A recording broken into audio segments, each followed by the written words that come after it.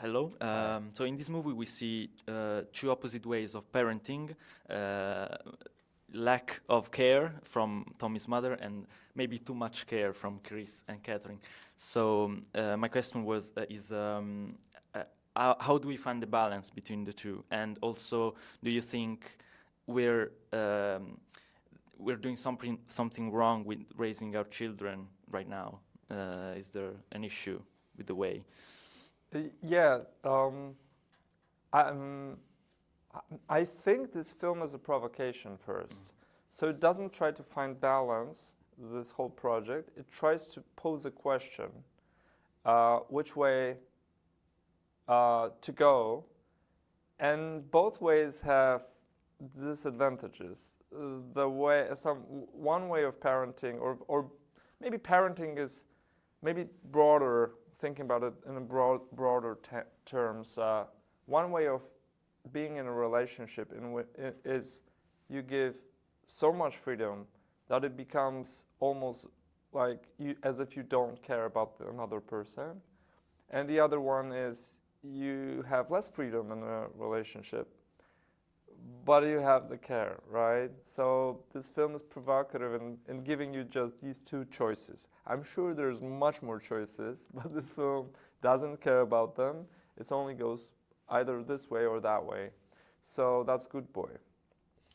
Okay. Also, so Good Boy has a lot of elements in it. Like it's a mixture of comedy, dark comedy, tension, drama, and there's even a certain tenderness in some moments.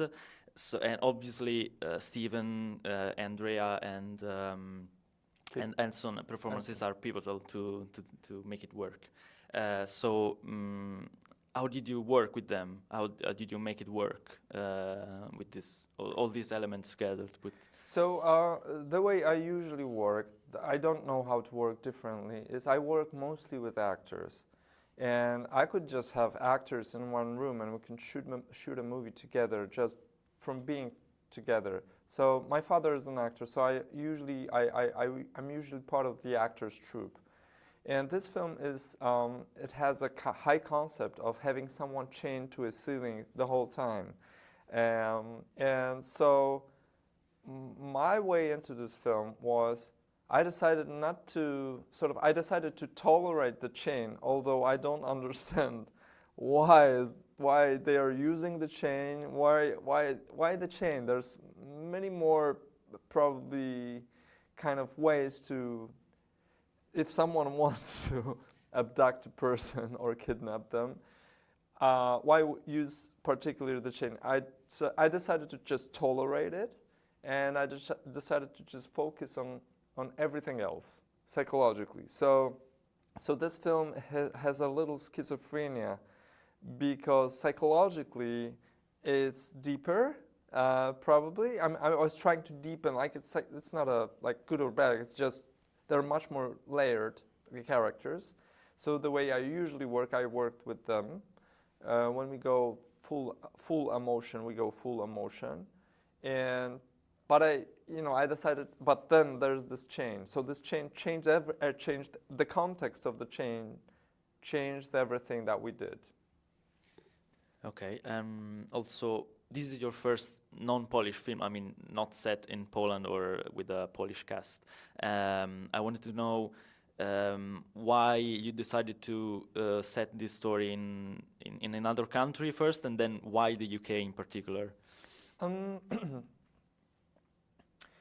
Well, I'm European, so my big dream is to contribute to sort of creating not only Polish culture, but European culture per se. I think we have a great culture in Europe. We have to be proud of Europe. We tend not to be proud of where we come from. We tend to, especially these days, there's, I would say, some kind of a weird crisis of our European identity. And so, to me, mixing DNA of European countries is exciting. I think if there's more of this in cinema, it's only better for all of us. And because still, even if Britain is not in European Union, it's part of Europe, right? So this is our DNA. So yeah, that was exciting just for this reason. But the other reason was I didn't want this film to be Polish, 100% Polish, because then you watch a film. It's not about Poland. It's about this high concept in which